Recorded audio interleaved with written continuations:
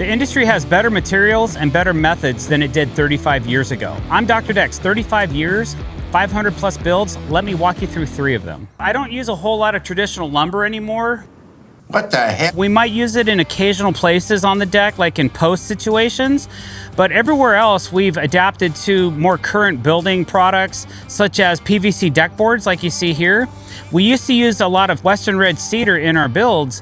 We no longer do that, just simply because it doesn't last as long and it requires a lot of maintenance over the years. Like from year 1 to year 20, if your deck happens to last that long, the cedar deck's not gonna look so great in 20 years compared to this PVC deck, which is gonna look the same in 5 years to 10 years from now as it does right now. So we like using TimberTech PVC, and that goes for the framing as well. So why don't we go downstairs and take a look at the type of framing we use to build this deck. Every deck I've built for the last 30 years has been mostly out of pressure-treated hemlock.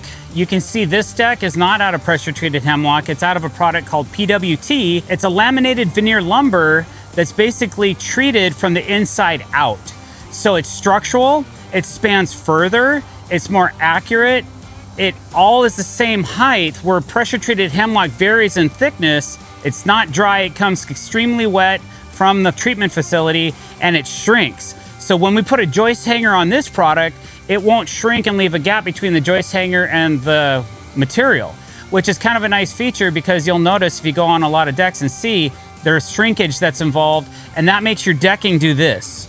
So what we're trying to do is create the flattest way possible to build a deck so that the surface is flat. So by using PWT, we have a much more accurate way of building. It's much more stable, it's much stronger, and it's a joy to work with. It holds together really well, it holds a fastener extremely well, and it has a warranty, which pressure-treated hemlock does not, which is 25 years. So the benefits are substantial compared to that of traditional treated lumber. Let me show you what else we're using as an alternative to that in our staircase. What you see here is a structural composite post. It has fiberglass reinforcement in it. And when I say structural, that means it can bear weight. So you can use it for loading purposes just like you would a traditional 6x6. The cool thing about this type of a product is I can do a direct burial right in concrete.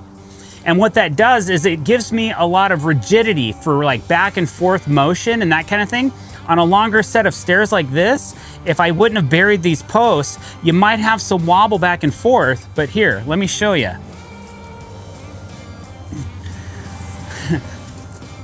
It's not moving, man. We just had a final inspection and it passed. The inspector was impressed with this type of material. So we didn't use this on all the posts for the deck, but we did use it in this circumstance because it just made sense to us to do so. This product was not available even 2 years ago.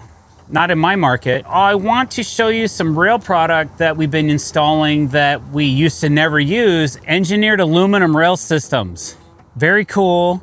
They're clean, they're sturdy. We're doing some engineered aluminum picket railing on this staircase, and it's something I never used to do when I first started my business. I would always use cedar railing, and we would use wood posts, and we would have to attach those to the side of the deck somehow, and then we would use wooden pickets and wooden side rails, and we'd have to attach those together. So we're kind of building our own system. This product is gonna last longer, it's stronger, it doesn't fall apart, and it has powder-coated surfaces, so it'll last many, many years without you having to do anything to it except maybe occasionally clean it. So that's why I have adapted over to aluminum railing and haven't looked back.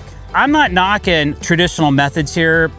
I built wood decks for the first 15 years of my career before composite decking came out and about. There's nothing wrong with building a wood deck. Maybe that's all you have in your budget. Another thing that I've completely stopped doing in my builds is putting random length patterns or random board spacing in the deck.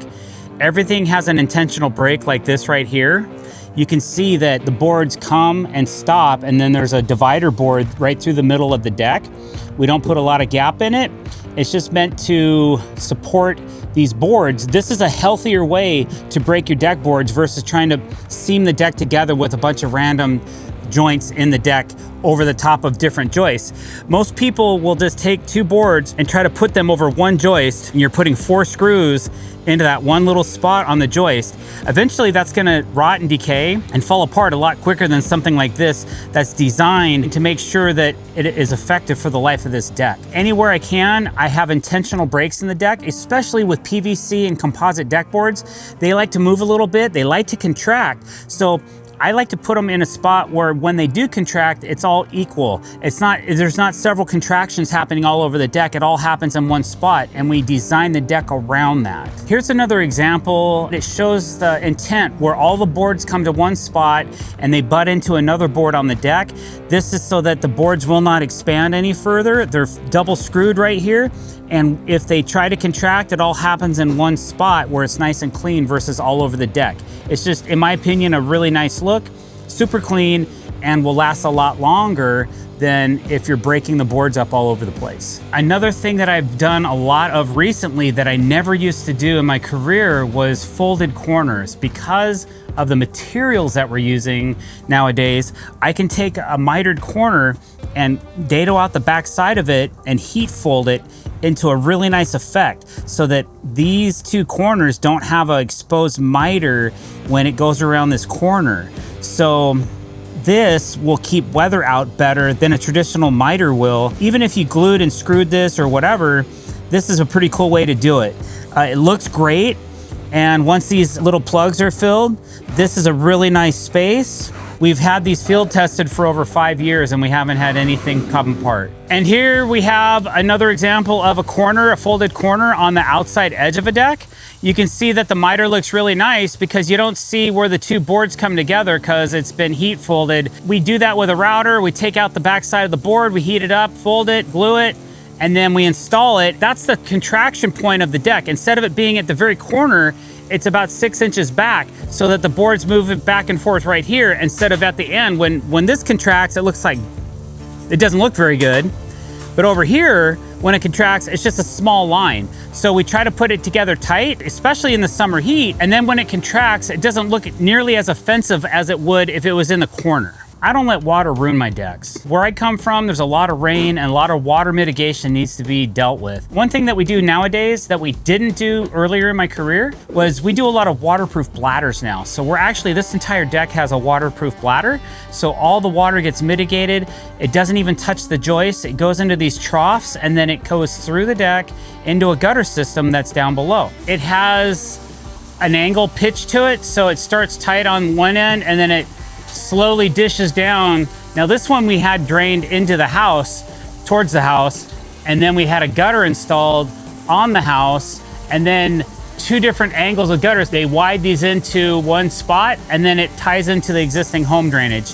The building inspector was really happy to see that because a lot of inspectors won't just let you drain water right into off the side of the house onto a splash block. They want you to tie the drainage back into the home drainage so that it's being mitigated properly and that it just doesn't end up all over the hillside. I never used to do this, but about 15 years ago, 20 years ago maybe, we started doing them. Now we're doing them probably 50% of the time on the decks we build and creating a really nice dry area below the deck as well. Another thing that you need to think about is how you're gonna flash the house. Protecting the house is so important.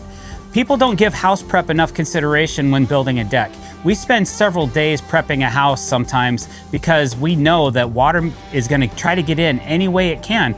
We're trying to keep it from doing that. So as you can see here, we have flashing that goes in between our belly board on the house. And then this flashing goes 2 inches up behind the siding. And that way, any moisture that gets up here has to go back down and exhaust out where it's not going in behind. We have corners on the flashing that are folded specially as well to help mitigate water so that it doesn't go inside this corner. And that has to go all the way around the deck. Anywhere that we have a bladder or any siding that it mitigates with the deck, we have to make sure that it's flashed properly. Another thing that we use now that we never used to use is a product called G-tape. It's a waterproof membrane tape and it helps protect the tops of the joists. Since 2015, we've been applying tape on top of all of our frames. If you've torn out as many decks as I have, you'll know that It's gonna protect your frame and make it last longer. In my opinion, this is gonna help protect your framing for a much longer duration. Nobody told me these things in year one. I figured them out the hard way on jobs that cost me time and cost clients money. If this saves you one of those situations, that's the point. I'm Dr. Decks, your prescription for quality.